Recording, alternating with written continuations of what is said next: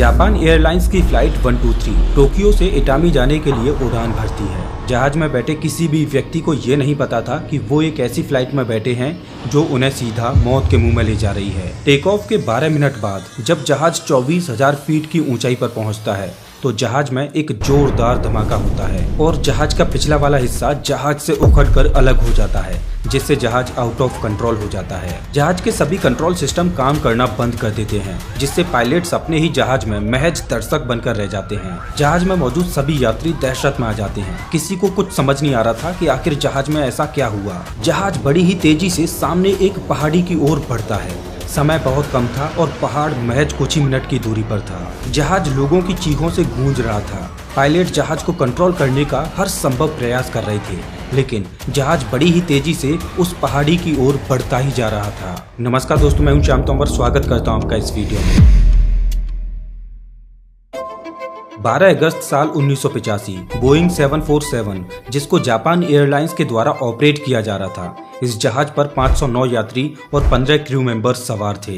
ये एक domestic flight थी जिसको टोक्यो के हनेडा एयरपोर्ट से ओसाका जाना था। ये जापान के सबसे बिजी रूट में से एक है। इस रूट पर हर दिन हजारों यात्री ट्रेवल करते हैं। इस फ्लाइट में मौजूद सभी 524 लोगों को कोई आइडिया नहीं था कि वो एक ऐसे प्लेन में सफर करने वाले हैं जिसमें पिछले कई सालों से एक कमजोरी छुपी हुई है, जो समय के साथ एक कैंसर की तरह बड़ी होती जा रही है और एक टाइम बॉम्ब की तरह कभी भी फट सकती है। और इस कमजोरी पर अभी तक किसी का भी ध्यान नहीं गया। इस फ्लाइट की कमान 3 अनुभवी लोगों के हाथ में थी।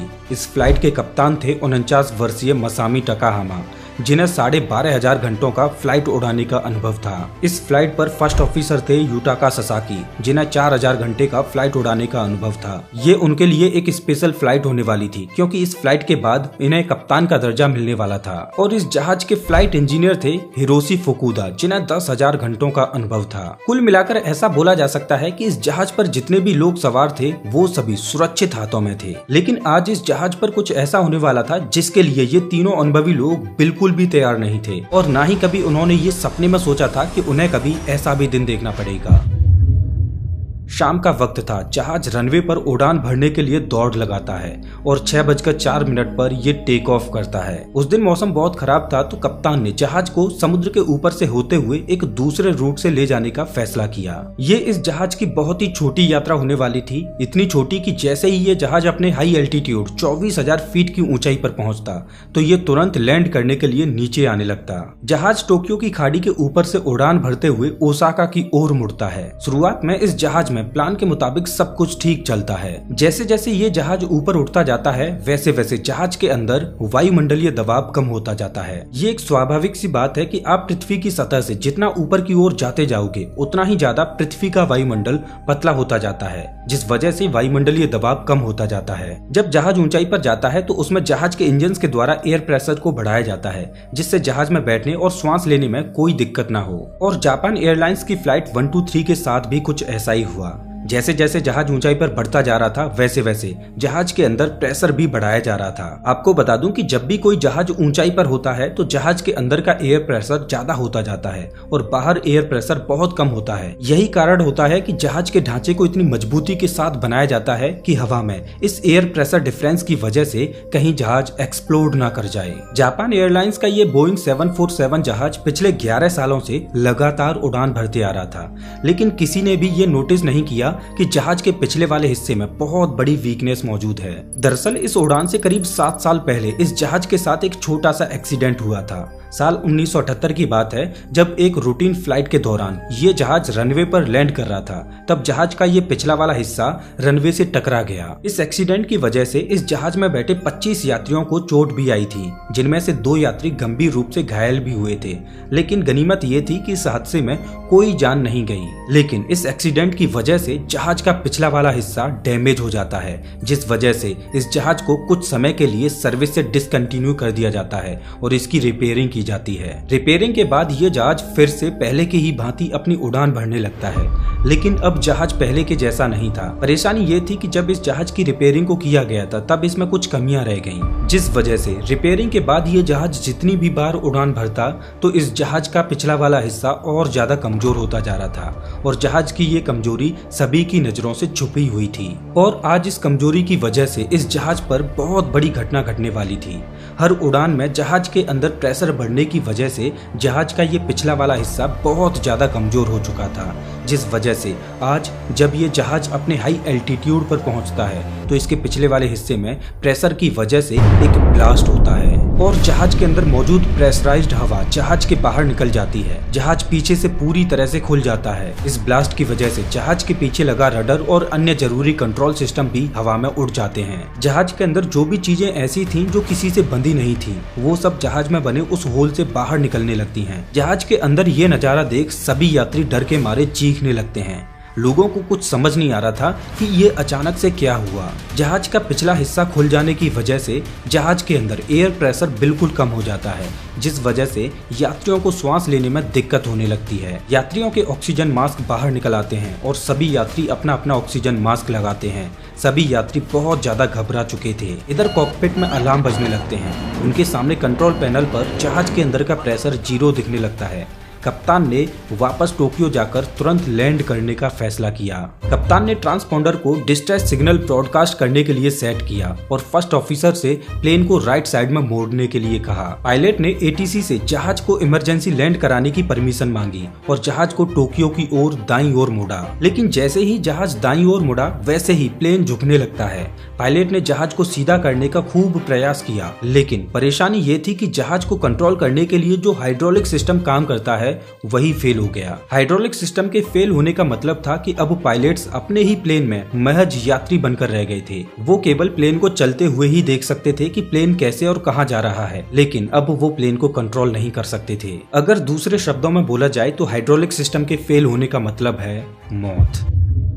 पायलट्स ने अपने सिस्टम फेलियर के बारे में एटीसी को बताया तो एटीसी को समझ आ चुका था कि ये कोई ऐसी इमरजेंसी लैंडिंग नहीं है जिसमें प्लेन को किसी बीमार व्यक्ति या फॉल्टी इंजन की वजह से लैंड कराया जा रहा हो, बल्कि ये तो एक सीरियस इमरजेंसी है जिसमें पूरा जहाज ही आउट ऑफ कंट्रोल हो चुका है। जहाज के पीछे ये जो टेल फिन होते हैं, इनका काम जहाज को स्टेबिलिटी देना होता है ताकि जहाज एक पर्टिकुलर डायरेक्शन में सही से उड़ सके, लेकिन फ्लाइट 123 की ये टेल फिन ही उड़ चुकी थी तो जहाज हवा में स्विंग कर रहा था, बिल्कुल वैसे ही जैसे मानो पेड़ से कोई पत्ती टूटकर गिरती है। इस तरह के फिनोमिनन को डच रोल बोला जाता है। अब परेशानी ये थी कि बिना कंट्रोल्स के जहाज अब एक रोलर कोस्टर की तरह चल रहा था, जिससे कभी जहाज अचानक हवा में बहुत ऊपर की ओर उठने लगता तो कभी जहाज बहुत तेजी से नीचे की ओर गिरने लगता। जहाज एक अजीब तरह के रोलर कोस्टर मोशन में फंस चुका था, जिसको बिना कंट्रोल्स के अनुभवी पायलट्स के द्वारा भी कंट्रोल करना संभव नहीं था। जहाज पर बैठे हर एक यात्री को अब मौत साफ साफ दिखाई दे रही थी। अब परेशानी ये थी कि पायलट्स जहाज को कंट्रोल करने में इतने व्यस्त हो गए कि उन्हें अपना ऑक्सीजन मास्क पहनने का ही ध्यान नहीं रहा, जिससे पायलट्स हाइपोक्सिया का शिकार होने लगे और उनका दिमाग बेहोशी की हालत में जाने लगा। उनके सोचने समझने की क्षमता कम होती जा रही थी। एटीसी ने पायलट्स को कई बार कॉल्स भी किए, लेकिन हाइपोक्सिया की वजह से पायलट्स ने एटीसी के किसी भी कॉल का जवाब नहीं दिया। इधर एयरपोर्ट पर जहाज को इमरजेंसी लैंड कराने के लिए बिल्कुल खाली कर दिया गया, लेकिन प्लेन को तभी लैंड कराया जा सकता था जब पायलट्स जहाज को कंट्रोल कर पाएं। फिलहाल के समय में पायलट्स केवल जहाज के इंजन्स की स्पीड को ही कंट्रोल कर सकते थे। पायलट्स ने अब इंजन्स की मदद से प्लेन को कंट्रोल करना शुरू किया और काफी ट्रायल और एरर्स के बाद प्लेन के रोलर कोस्टर मोशन को काफी हद तक कंट्रोल कर लिया गया। जहाज अब स्टेबल मोशन में आ चुका था। जहाज में बैठे सभी यात्रियों को भी लगने लगा कि अब उनके पास बचने की एक उम्मीद है। अब पायलट्स ने एटीसी के कॉल्स पर भी रिस्पॉन्ड करना शुरू कर दिया। एटीसी ने पायलट्स को नगोया एयरपोर्ट पर लैंड करने को कहा क्योंकि वो एयरपोर्ट उनके ज्यादा नजदीक था, लेकिन पायलट्स ने नगोया एयरपोर्ट पर उतरने से मना कर दिया क्योंकि नगोया एक छोटा एयरपोर्ट था।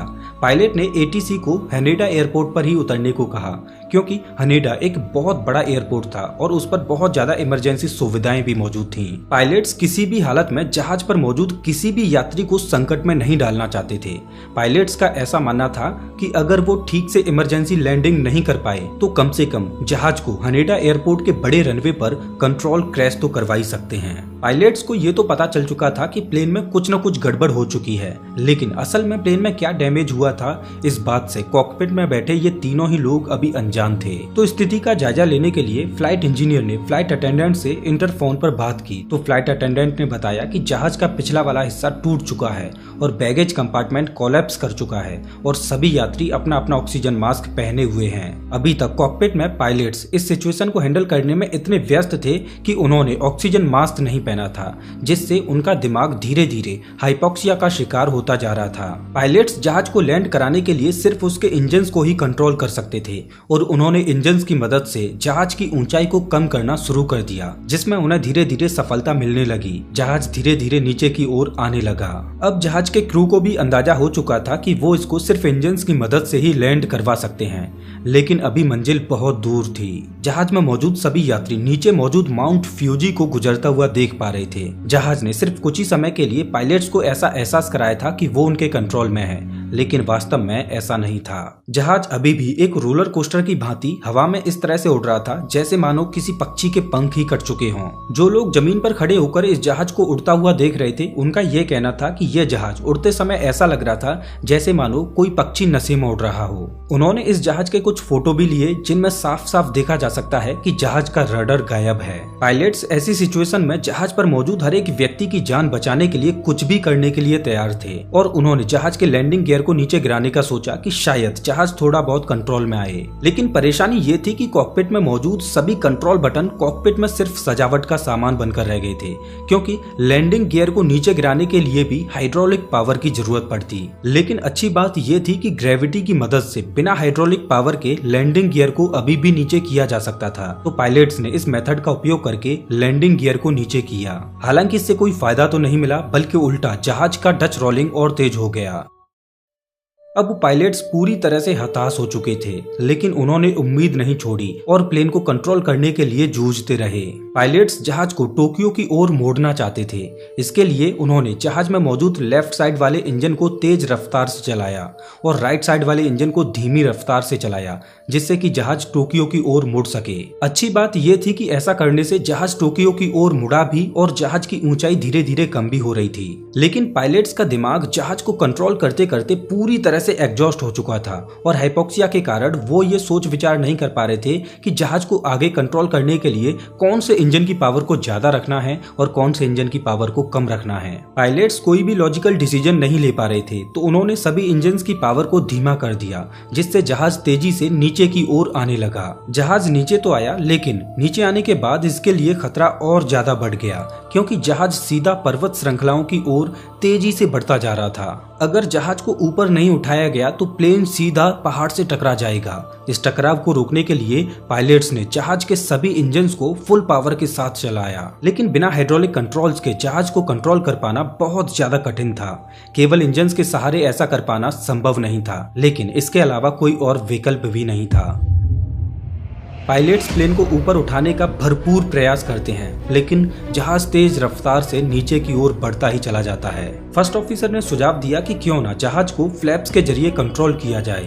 दरअसल आप अपनी स्क्रीन पर देख पा रहे होंगे कि जहाज के विंग्स पर लगे इन बड़े बड़े ब्लेड्स को फ्लैप्स बोला जाता है। इनका इस्तेमाल जहाज की लैंडिंग और टेक ऑफ कराने के लिए किया जाता है, लेकिन बिना हाइड्रोलिक पावर के फ्लैप्स को कंट्रोल कर पाना संभव नहीं था। लेकिन अच्छी बात ये थी कि जहाज के बैकअप इलेक्ट्रिकल सिस्टम के द्वारा इन फ्लैप्स को थोड़ा बहुत कंट्रोल किया जा सकता था। पायलट्स ने बैकअप इलेक्ट्रिकल सिस्टम के जरिए फ्लैप्स को नीचे करना शुरू किया, जिसका फायदा ये मिला कि जहाज का रोलर कोस्टर मूवमेंट अब ऑलमोस्ट कंट्रोल में आ चुका था। अब इमरजेंसी के बाद ऐसा पहली बार था कि जहाज पूरी तरह से कंट्रोल में लग रहा था। पायलट्स का दिमाग भी अब अच्छी तरह से काम कर रहा था, क्योंकि अब उन्हें लोअर एल्टीट्यूड पर ऑक्सीजन की भी कोई कमी नहीं थी। पायलट्स अब जहाज को फिर से एयरपोर्ट की ओर मोड़ सकते थे।